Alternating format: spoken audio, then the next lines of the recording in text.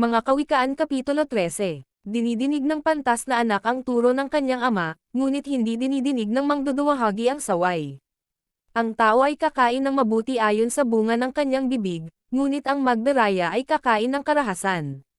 Siyang nag-iingat ng kanyang bibig, nag-iingat ng kanyang buhay, ngunit siyang nagbubukang maluwang ng kanyang mga labi ay magkakaroon ng kapahamakan. Ang tamad ay nagnanasa, at walang anuman, ngunit ang kaluluwa ng masipag ay tataba.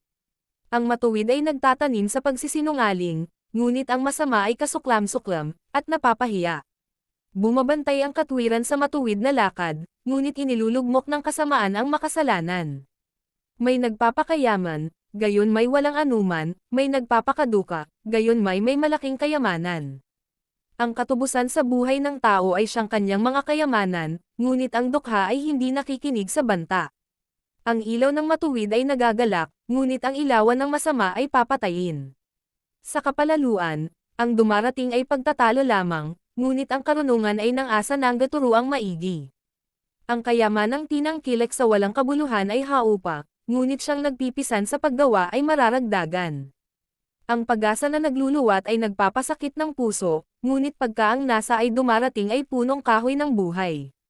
Sino mang humamak sa salita ay nagdadala ng kapahamakan sa sarili, ngunit siyang natatakot sa utos ay gagantihin. Ang kautusan ng pantas ay bukal ng buhay, upang lumayo sa mga saylo ng kamatayan. Ang mabuting kaunawan ay nagbibigay linggap, ngunit ang lakad ng mananalangsang ay mahirap. Bawat mabait na tao ay gumagawang may kaalaman, ngunit ang mangmang ay nagkakalat ng kamangmangan. Ang masamang sugo ay nahuhulog sa kasamaan, ngunit ang tapat na sugo ay kagalingan.